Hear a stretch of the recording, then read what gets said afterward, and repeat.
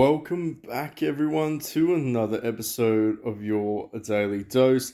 Dynasty Pioneers coming at you with it's a good event. It is an event. I'll give you that. We all knew it was coming. For those that don't know, the Generation 5 heroes have arrived. Still don't know how I really feel about celebration events. I'm not gonna lie. There are certain things in it that I go, I understand why they do it, but at the same time, the majority of the free to play or loot spenders in the community just think, it's just another waste of time. But for those that are curious about it, we are going to go in depth. I feel like we should go in depth anyway. Arms race coming to an end. So for those that are curious, make sure you grab your leaderboards if you already haven't done so. The shop, pretty stock standard. To be honest, I can't remember what I did on this account. I think I bought some more of these. Yes, I bought some more of these because I want to do Papa Dong Zhao when he eventually arrives. I want to try to get him to 5 star with the event. So hopefully I have about 100 to 150 draws to do that. And if we get lucky, it should be a pretty much guaranteed getting him up to 5 star. And of course, I mean, to be fair, I could wait and just do Gonsun. He is really, really good, but at the same time, my rule of thumb is to try to get these heroes to 5 star.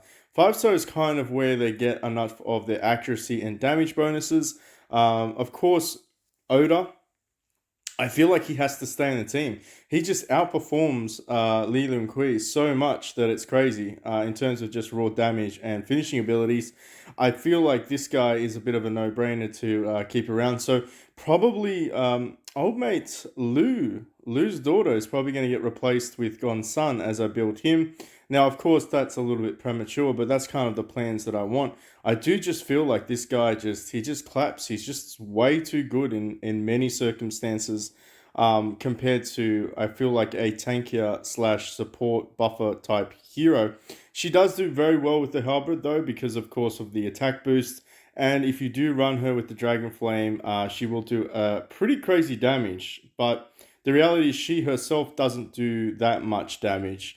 I know, right? It's a bit of a contradiction. She'll have huge damage meters on the board because of the flaming pyro ability, and of course because of the Jade Halberd. But in reality, she really doesn't do too much damage, which kind of sucks.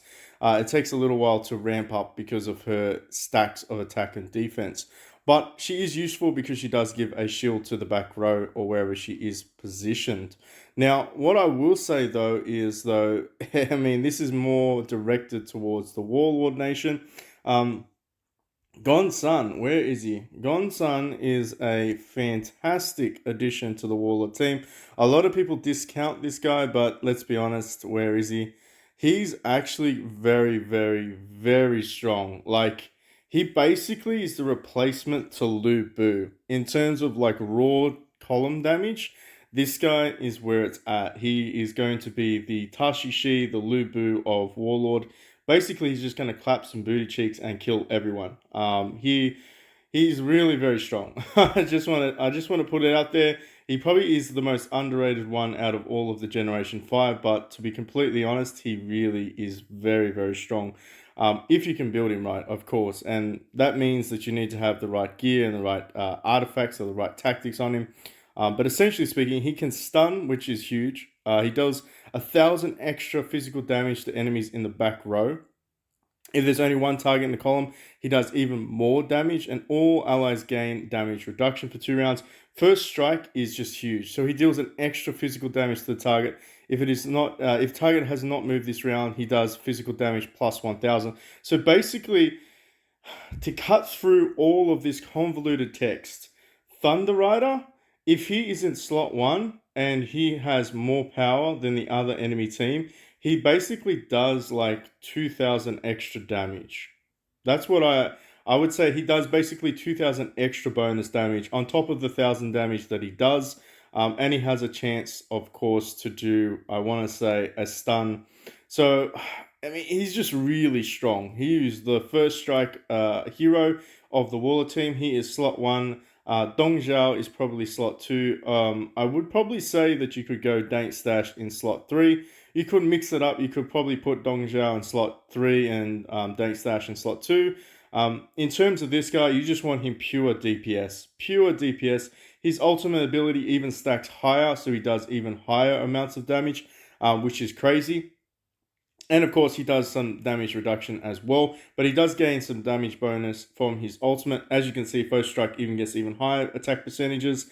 I would say that his passive is interesting. I'm not gonna lie. When I read through this, I kind of went, okay, that's kind of cool. Stampede and Volley. Whenever White Horse Gun Sun Azan kills an enemy hero, he gets Rage and he gains 1 extra action, triggers up to 1 time. So if he manages to kill a couple of the enemies in the first column, I take it that he will in fact be able to go again. Now that's going to be interesting because any hero that can go multiple times in a row is quite powerful, and we'll get to, I guess we'll get to the showcase, the main man of Generation 5. We're going to be talking about him in a second, because he does have triggers for multiples, and he would be running the Serpent Halberd, or not the, I always say it's the Serpent Halberd, it's the Jade Halberd. I've got to get out of the Legendary era for those that don't know. We are well and truly in the Mythic era. But White Horse basically is his ability to go again. Stampede is that. He gains damage reduction, additional evasion, and he can resist debuffs, which is quite nice. And of course, the Volley attribute means that he gains additional damage, accuracy. He can inflict poison, which is probably not even that great. But let's be honest, like, he just does additional stuff. So I am very, very curious to see. His attack animation is the same, but he stuns and he poisons. And then he does lots of additional damage. And if he does kill them, I believe he can go again. So he's quite interesting in terms of that. Now, his affinity is unique as well, because I believe, and don't get me wrong here, but I believe that affinities for these heroes are open.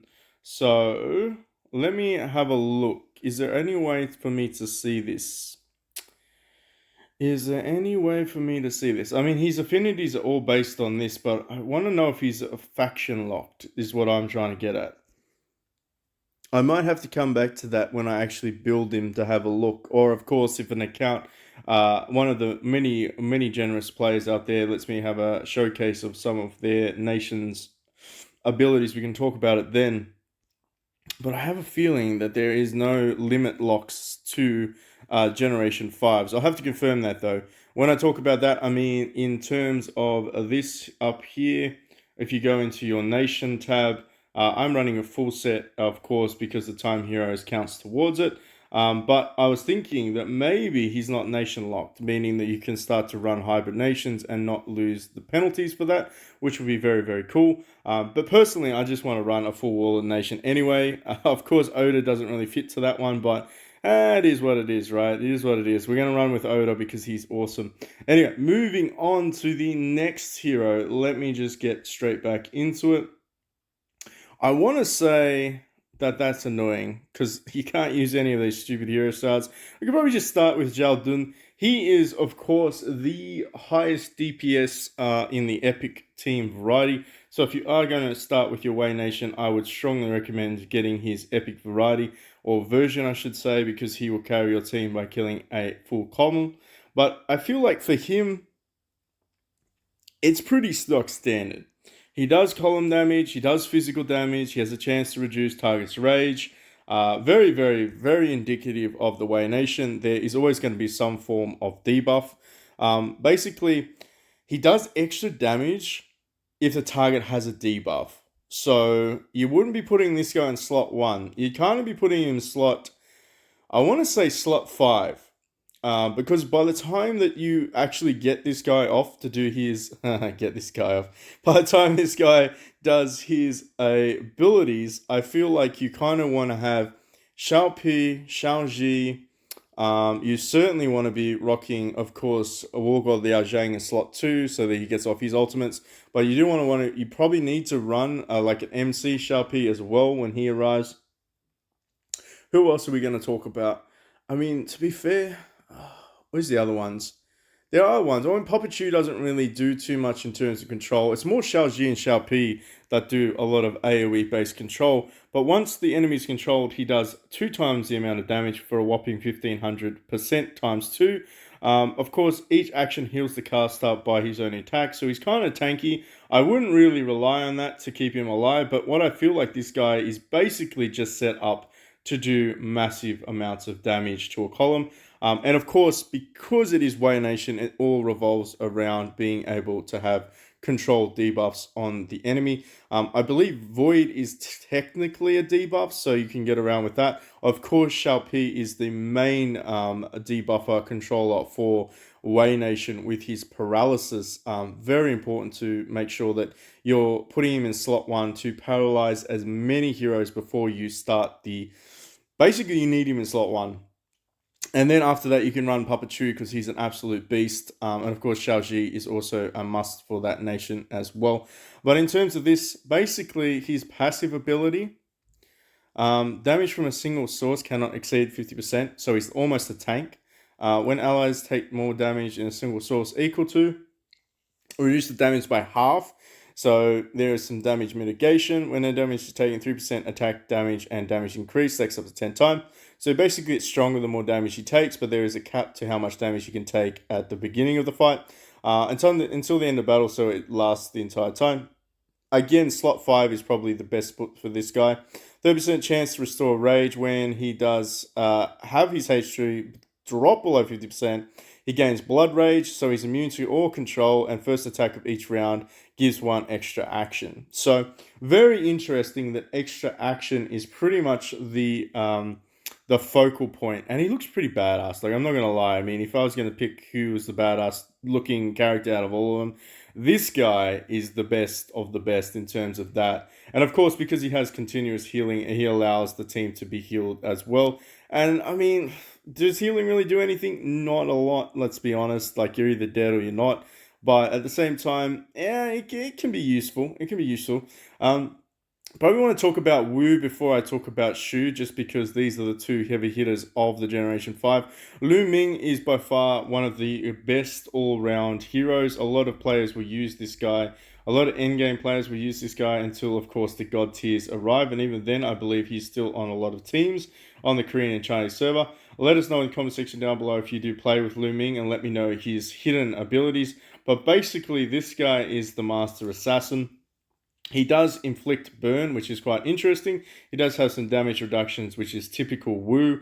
But essentially speaking, what this guy does, right, we'll delve into this in a little bit. But what he does is he does his mental attack. He ignites all burn effects on targets. He deals burn damage to all enemies and reduces their damage reduction. Pretty stock standard, but it gets better. So mental attack has an ability for each burn effect to deal an additional 200% magic damage and increase the damage of the attack by 5%. So it stacks. So Soul Seer, damage to 2 enemies with the lowest HP, unremovable burn, inflicts mental attack, ignites everyone, increases the damage done to all of them, stacks up, and also starts with additional hatred round 1. And of course, it keeps going up and up and up. Now, you're probably thinking, why is this good? Well, it's Wu. It's very good for Wu Nation because everything is on fire. So this guy essentially keeps stacking his abilities, but this is the thing that people build this guy for. Lu Ming gains dodge for the first 2 rounds at the start of round 3, dealing magic damage to all enemies, and inflicts unremovable burn. Dodge. White Robe Lu Ming has a 50% chance to be immune to damage and its effects. Other allied heroes have a 25% chance to be immune to damage and its effects. This guy here is used for his dodge ability, essentially so that he stays alive, but he also has the ability to transfer that on to his allies as well.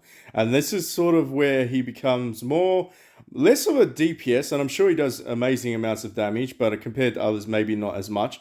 But it's really a lot of players running for this dodge ability. So I'm very curious to see just what he can do. I know at higher levels, he should have a much higher dodge affinity. Let's have a look to see what he gets at. Well, we'll talk about 4-star because a lot of people will get him to 4-star. So what's his dodge ability? Oh, I don't know if he actually gets any additional buffs. Maybe he gets it at 7 star, does he? Interesting. Okay, so his passive is just his passive. Wow. So it's a flat 50%. He never gets any better than that. But hey, look, 50% is pretty good for the first 2 rounds. At the start of the fight, deals additional damage in round three. White Robe Looming has a 50% chance to be immune to damage and its effects. Very interesting. Let's see what his skill effect is. I assume he hits 2 people, but I think I'm right. Yes, he does. It looks like he still hits the back row. I want to say that does he hit the ones with the lowest HP? He does. Okay, he's definitely an assassin class hero. I feel like him combined with Oda would be very interesting. But honestly, Yashiro and him, I mean, I kind of got a bit excited about the idea of running this guy and Lu Ming. I'm not gonna lie, I did hint about that in the earlier videos. I feel like these two together is just going to be pretty insane.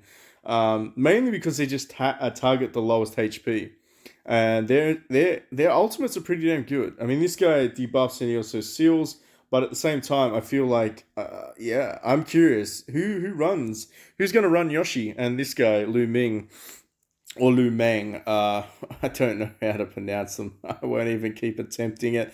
But I am very excited. I want to keep my eye on this guy and see just how strong he is in the formation. Sun Jiang, as we've already showcased on the 2 trillion account, he is an absolute god. A god among mortals. He basically solo carries, ridiculously strong. But for Shu, everyone wants to know about Shu because they're like, should I swap from this to this and this to this? And I'm like, honestly, there is no best nation. I want to say there's nations that have more flavor during the seasons. And you can swap them out and you can play around if you have the freedom to do so in the replacement function. I mean, we know plenty of whales that have done it and they all went back to Wu because Wu pretty much dominates for a couple of seasons and then eventually it becomes a little bit more even.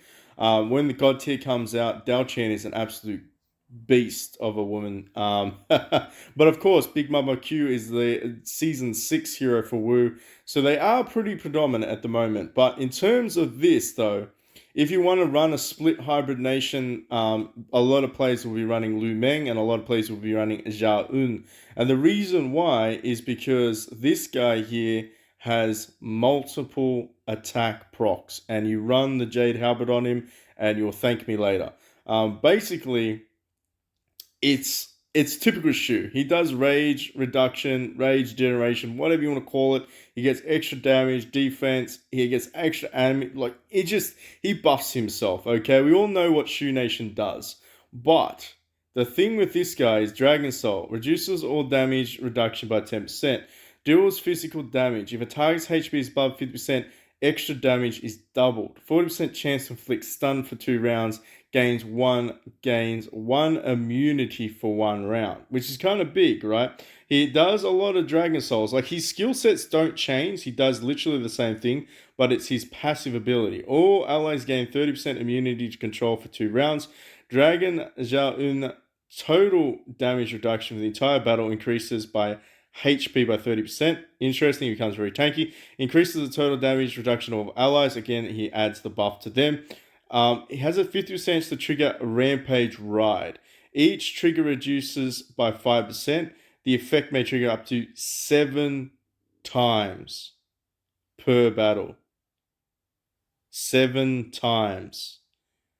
Now, I've seen him do this on Fox's account, okay? I've seen him trigger up to 5 to 6 to 7 times in a row. He basically attacks 7 times or up to. So if you read between the lines and you see all of the buff abilities that he gets from Dragon Soul, I would still stick this guy in maybe slot number 5 just for all the additional buffs that your team can pretty much set him up with. But essentially speaking, this guy has a huge attempt to do Rampage Ride. Even if he doesn't do it, the chances are he's going to attack at least once or twice in a row. Kind of like War God Liao Zhang, but there's like that additional, oh shit, if he attacks 7 times in a row and he kills my entire team, it's game over. But basically, that's why a lot of players like to use this guy. Zhao Yun is quite interesting. He is a very, very much sought after character. And of course, he does the attack buff and defense buff until the end of the battle. I wouldn't say that he's any better than the other heroes, but he just it's that chance. It's that, oh shit. He can stun, which is quite big. I mean, let's just talk about it. I really wish that they showed the Rampage Ride ability, like they showed him attacking 7 times in a row. But because he is, of course, killing columns, it does mean that, he is going to move. He's going to move from the hero with the most amount of heroes in the column, the first one. So, for argument's sake, if you had 6 people on the team and there was only one column that remained, so a bad example, there was 4 people left. He's going to attack the column with the most in it, and then of course, then he's going to be solo attacking after that. So his damage will decrease over time, just because there'll be less heroes to attack. But at the same time, 7 times in a row. I mean, come on. That's pretty OP. Now, I don't think you'd be running him as your main character's transformation. I feel like you'd probably be running Lu Meng for the dodge, and of course the dodge ability that they can give to your team. Of course, Xiaopi is still probably #1 contender in a lot of scenarios. But yes, Zhao Yun, very interesting. I mean, look, Shu Nation definitely got a little bit more love than all the other nations, I feel. Lu Ming, absolutely a hidden gem. I want to see him in action. For those that are curious, hopefully we'll be able to play around with a high-end Wu nation that is going to build them, and I would like to see that. If you're going to talk about the Celebrate Festival, everybody can jump out now, but basically we're going to go ahead and purchase this one. I do use the vouchers now for the additional layer of value, but these ones here are good. I mean, they're just, what do I want to say? These value packages, it's not mandatory, okay? But if you want to buy a couple of packages, you really just get a what would be the word?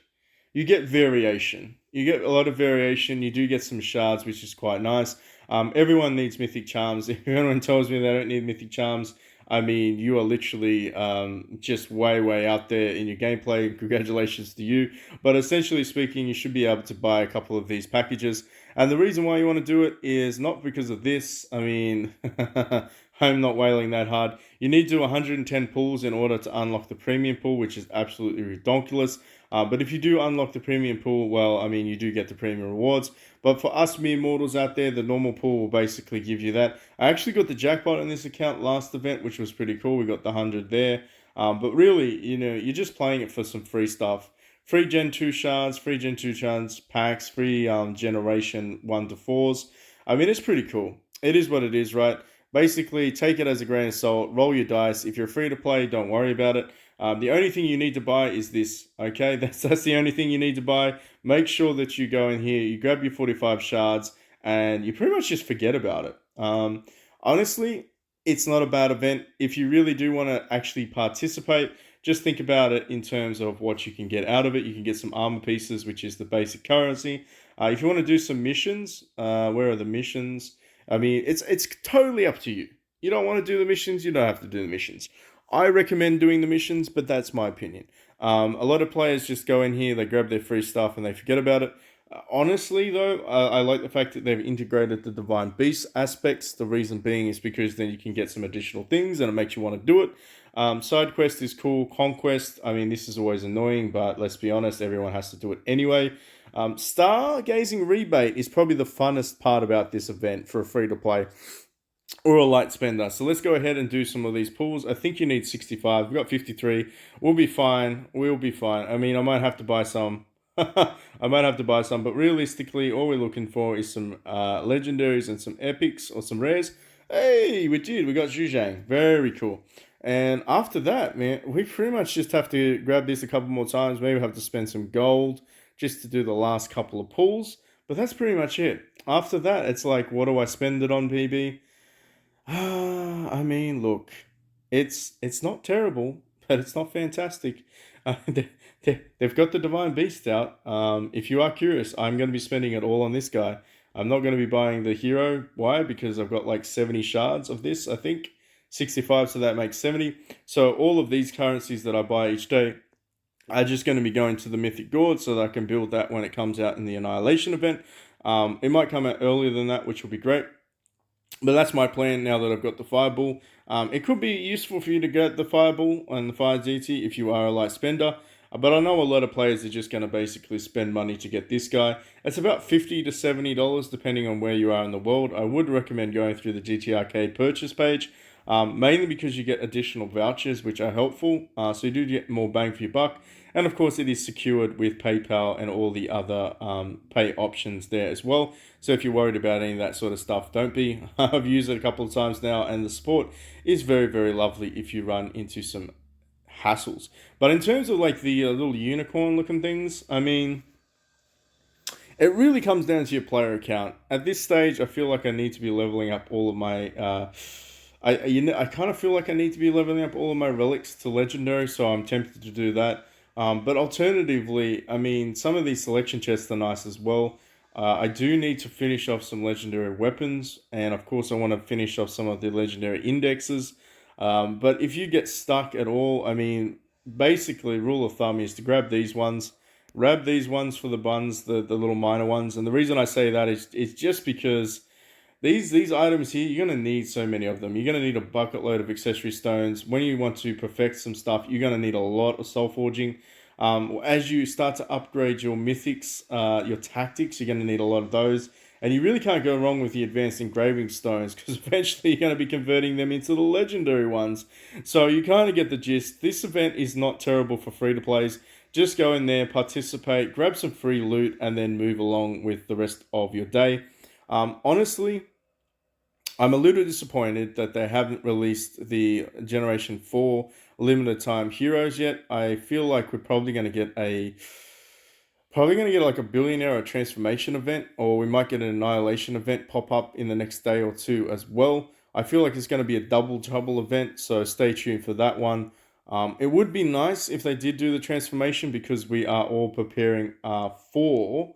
And I want to say, I feel like most players have got between 5 to 6 of these paper charms, or they've got some charm shards chilling in the bag. I feel like 99 is enough, you know. That's I mean, we're gonna have to spend gold. I'm gonna get there. We're gonna get, of course, the next mythic transformation, which is gonna be fantastic. But I am waiting for that. I'm definitely anticipating. But yeah, let me know in the comment section down below. What do you think of the new heroes? Are you going to be using them? Are you excited about them? They won't appear for at least another month. So by the end of January, I would predict that they would be out. Early February, they should be definitely out. For those that are thinking about saving up some of these tokens for that, it isn't a bad idea because, I mean, the game is just giving us more options to get Gen 4s. So, I mean, it's almost like they did themselves a mischief by releasing all the other content and allowing us access to Gen 4s, because the reality is like you can get a Gen 4 in the Star Wish. Like you can luck out for gold and get a full copy of Wargod, like, or Warlord, or whatever you want to call him, which is exactly what I saw a lot of players do. And of course, they're able to pull out some of the Generation Shard boxes as well. So they're pretty much just getting it for gold. So I don't know, maybe they did themselves a little bit of a mischief there in terms of that, because there's anticipation, but at the same time, there's like, should I just be saving for Gen 5 PP? Because Gen 5 is way better than Gen 4. Like they are legitimately better than Gen 4, and Gen 6 is very interesting in 2 because of course you've got Big Mama Q, you've got Pang Tong, you've got Jiju, Jiju, Zhao Zhu, Zhao someone, the Wei chick, we're gonna call her the Wei chick, she's there. Who do we got for Warlord? I forget. We got someone for Warlord. Hal Tao. We got Hal Tao for Warlord. They all go offensive. So they go from healers to damage dealers, which is pretty big for the Generation 6. So I'm pretty excited about that too. But anyway, enough rambling on, enough talking. Let me know in the comment section down below which one you're excited for. I will check you all out in the next video, so stay tuned. And then make sure you hit that like, subscribe, notification button. I noticed that some people are watching and they're not subscribing. Naughty, naughty. I'll catch you all on Facebook. Jump into our Discord in the link in the description box below. And yeah, say hello on Facebook. See you then.